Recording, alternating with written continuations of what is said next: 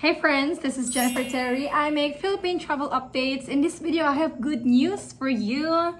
Okay, you know the problem or the confusion with the vaccination proof? Good news is that your vaccination certificate or vaccination card from abroad will be recognized, will be accepted for a shortened quarantine. Yep.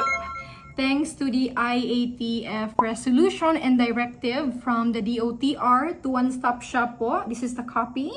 And it states here that for the proof of vaccination, yung OFWs, hindi na po kailangan ng polo validation.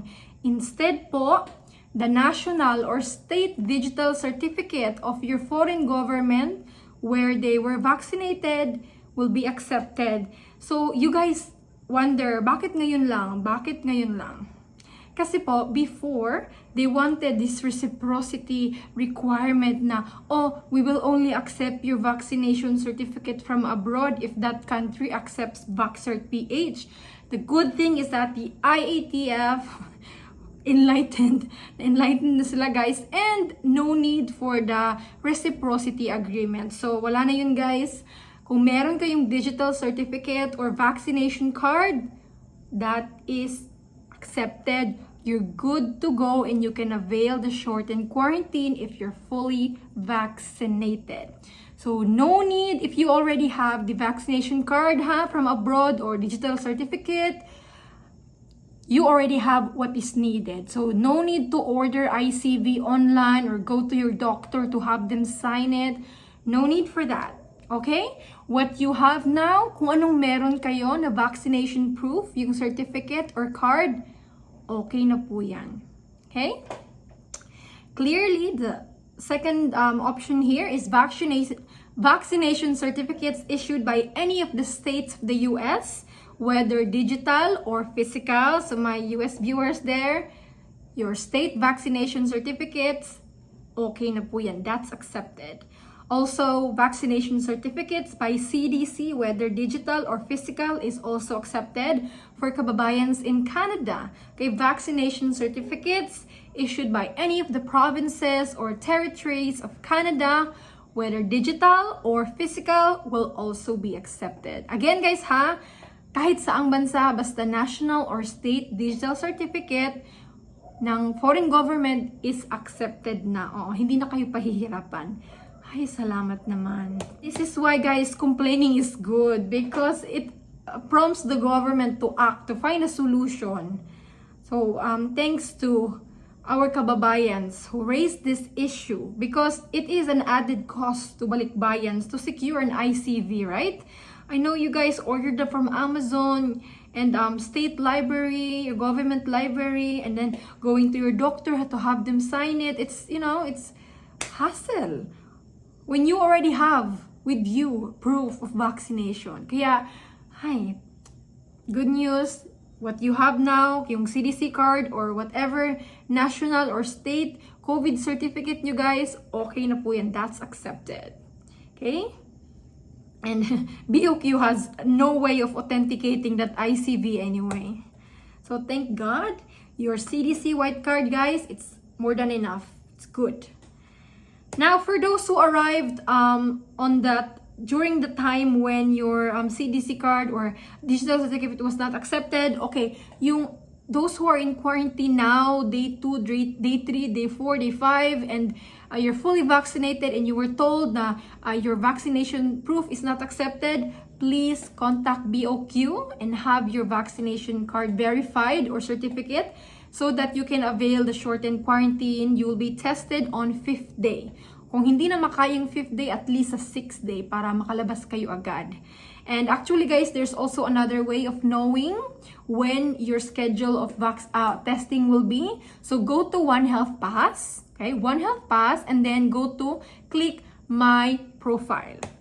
So sa My Profile, it will show your designated swab day. So it would say 5th day or 7th day. Okay? For families traveling with children, unfortunately, since let's say your child or the children are unvaccinated, because many children are still not eligible for vaccinations. Unfortunately, guys, even if you're fully vaccinated, the adults or the parents or the guardians, you need to follow the protocol of unvaccinated. So kahit pa may proof of vaccination kayo, kasi you're traveling with mga bata na hindi vaccinated, you need to follow the unvaccinated protocol because according to IATF, the child needs to be accompanied, obviously. So yun nga guys, unfortunately, kahit po fully vaccinated yung parents or guardian, you need to follow the unvaccinated protocol, which is 7-day testing. So, mga 7 to 8 days quarantine in the hotel. Okay? While you guys who are fully vaccinated from yellow countries, 6 days quarantine. Okay? So, you need to pre-book 5 nights in the hotel. Okay? And the unvaccinated naman, 7 nights booking in accredited hotel. Alright? If you already have the ICV, then just bring it with you din naman. And bring also your CDC card or whatever digital certificate na meron kayo. NHS ba yan or ano yung sa UAE? Nakalimutan ko. Basta yun. And green lanes, alam niyo na, green list to, same proof of vaccination. No quarantine for you if you're tested negative RT-PCR test 72 hours before traveling to the Philippines. Now, Presidential Advisor for Entrepreneurship, our ally, Joey Concepcion, is pushing for US and Canada to be included in green list. Uy, you guys want to hear about this. Yung green list po, we know that if you're fully vaccinated from that country and you have negative test result, no more hotel quarantine. That's really, guys, what you want, right? Entrepreneurship advisor said USA, Canada should be included in the green list country. According to him, other countries such as Thailand and Singapore are starting to open up by allowing quarantine-free travel for vaccinated passengers from the US.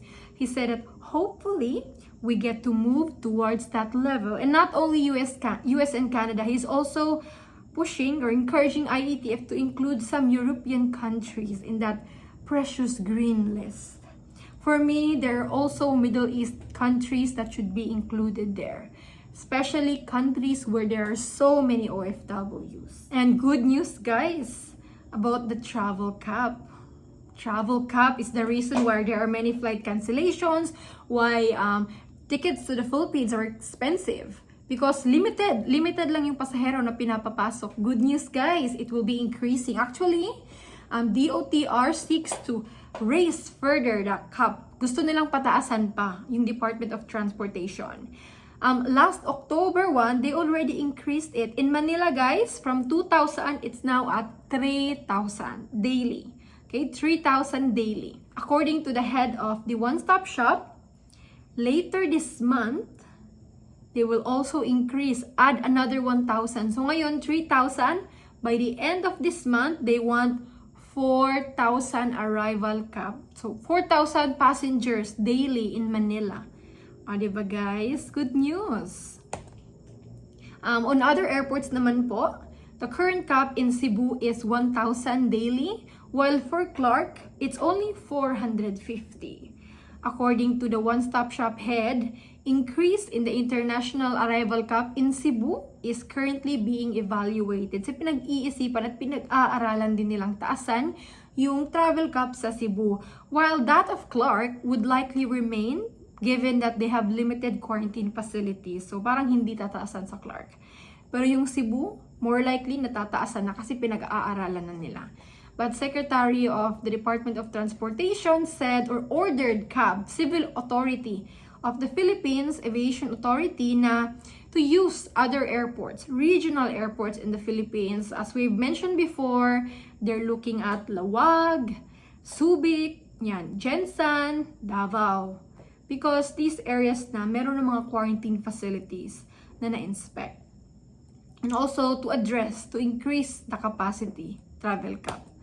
Ayan guys, so there's good news about your proof of vaccination and then the travel cap. Jennifer, how about tourists? You forgot about us. No, I did not forget about you guys. International tourists, however, is still barred or not allowed from visiting the Philippines. Yes, we have eased our restrictions on quarantine, but it doesn't mean that you're allowed now. According to the IATF spokesperson, presidential spokesperson Harry Roque, we still do not allow the entry of foreign tourists. Only long-staying visa holders are allowed, and Balikbayans, foreign spouse, children of Filipinos or former Filipinos, diba? So you still need a visa to enter the Philippines, and only immediate families or those with emergency humanitarian and business reasons can get a visa.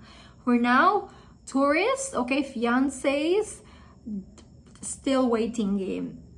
We need more patience from you. But each time the Philippines relaxes its restrictions on quarantine, on travel cap, it gets you closer. It's a baby step, for you to be allowed. It's one of the process, it's a process. It's a work in progress. Because I think the challenge for foreign tourists, because so many of you want to come here, but then so many Filipinos also want to come home. That's why they cannot handle. Dahil may quarantine, because of the quarantine. But as long as quarantine days is shortened, it's good news for you guys. It's a good sign. While in America, US CDC announced that starting November 8th, vaccination will be required, and then also the EU ban, the UK ban, and the ban on those countries, it will also end. A vaccination, however, is needed. But good news, mixed vaccine doses, those who receive different brands of vaccines, Pfizer and Moderna, or AstraZeneca and Pfizer, whatever, is accepted. And remember, Sinovac, Sinopharm is also accepted. As long as it's WHO emergency use approved, it will be accepted. While for Thailand, good news for those who want to visit Thailand. Thailand has added 27 more countries for quarantine-free travel. Yan. Pero Philippines is not included since we're a high-risk country. So for these countries, they can enter Thailand quarantine-free. According to their Prime Minister, it's time to live with COVID, face COVID, and end as it with other endemic infections and diseases. They need to learn to live with it. Yan. While in Costa Rica, not so good news for travelers unvaccinated who are considering of meeting in Costa Rica. Costa Rica will require full vaccinations for many business activities starting December 1. So for example, in restaurants, bars, casinos, commercial centers, yan. So that is the update for today, guys. I hope na nakatulong tong video na ito at information. If it did, please like this video, subscribe if you haven't done so. Sa mga hindi pa nakasubscribe, subscribe naman kayo dyan. Share it to anyone who you know will want to travel to the Philippines. And stay safe, and God bless you all. Bye!